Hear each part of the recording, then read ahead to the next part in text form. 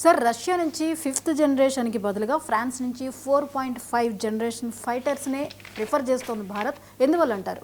Yes అండి, ఇప్పుడు Russia అధ్యక్షుడు వ్లాడిమిర్ పుతిన్ వచ్చినప్పుడు మేము SU-57 5th జనరేషన్ ఫైటర్స్ ఇస్తాం, టెక్నాలజీ కూడా ట్రాన్స్ఫర్ చేస్తానని Putin prime minister Narendra Modi గారిని అడిగిన భారతదేశం SU-57 అనే 5th జనరేషన్ ఫైటర్ని తిరస్కరించేసింది.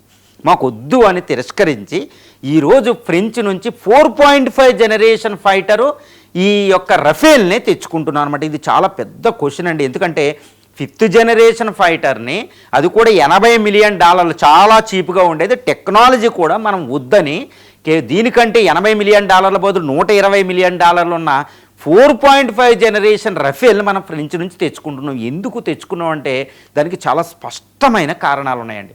ఎందుకంటే మనం ఇండియా ఆమ్కా అనేది ఒకటి తయారు చేసుకుంటున్నాం, advanced medium combat air craft అనేది బెంగళూరులో తయారు చేస్తున్నాం. దాని డిజైన్ అయింది, అది రావడానికి 2035 లోపు భారత వాయుసేనలోకి రాబోతుంది. మనం 5th జనరేషన్ ఫైటర్ మనమే తయారు చేసుకోవాలి, దాన్ని తెచ్చుకోకూడదని భారతదేశం నిర్ణయించుకుంది. అందుకే దానికోసం మనం ఇప్పుడు జరుగుతున్న స్వదేశీ యుద్ధ విమానాన్ని అభివృద్ధి చేసుకుంటున్నాం. అది ఒక ప్రధాన కారణం. అంటే ఇప్పుడు రష్యా $80 మిలియన్ SU-57 టెక్నాలజీ ట్రాన్స్ఫర్తో ఇస్తానన్నా దానికి ఎందుకు వద్దన్నామంటే ఈ SU-57 రష్యా అనేది బ్యాటిల్ ప్రూవెన్ కాదు. యుద్ధ రంగంలో దాన్ని ఇంతవరకే రష్యా ఉపయోగించలేదు. చూడండి, ఉక్రెయిన్ యుద్ధం 4 సంవత్సరాలుగా జరుగుతున్నా రష్యా SU-57 ఉపయోగించే ధైర్యం ఉక్రెయిన్ మీద ఉపయోగించలేదు, ఎందుకంటే భయపడుతుంది. అంటే ఏదో ఒక ఫాల్ట్ ఉంది అనేది మనకు తెలుస్తుంది అనమాట. అందువల్ల బ్యాటిల్లో ప్రూవ్ అవ్వకుండా మనం ఎందుకు తెచ్చుకుంటున్నామని ఒక వెపన్ అవసరం ఏంటి? వేరేజ్ మనకి రఫేల్ బ్యాటిల్ ప్రూవెన్ వెపన్ భారతదేశం కూడా ఉపయోగించింది పాకిస్తాన్ మీద ఆపరేషన్ సింధూర్లో. ఫ్రాన్స్ కూడా అటు ఆఫ్రికాలో సొమాలియా మీద, సిరియా మీద, యుగేస్లేవియా దగ్గర ఎన్నో యుద్ధాల్లో ఫ్రాన్స్ ఉపయోగించింది. కాబట్టి అది బ్యాటిల్ ప్రూవెన్, కాబట్టి దాన్నే శత్రువుని కొట్టగలిగే ఒక ఆయుధం అది ప్రూవ్ చేసుకున్నప్పుడు దాన్ని తెచ్చుకుంటున్నాం. కాబట్టి అది అందువల్ల SU-57 మనం రిజెక్ట్ చేసాం.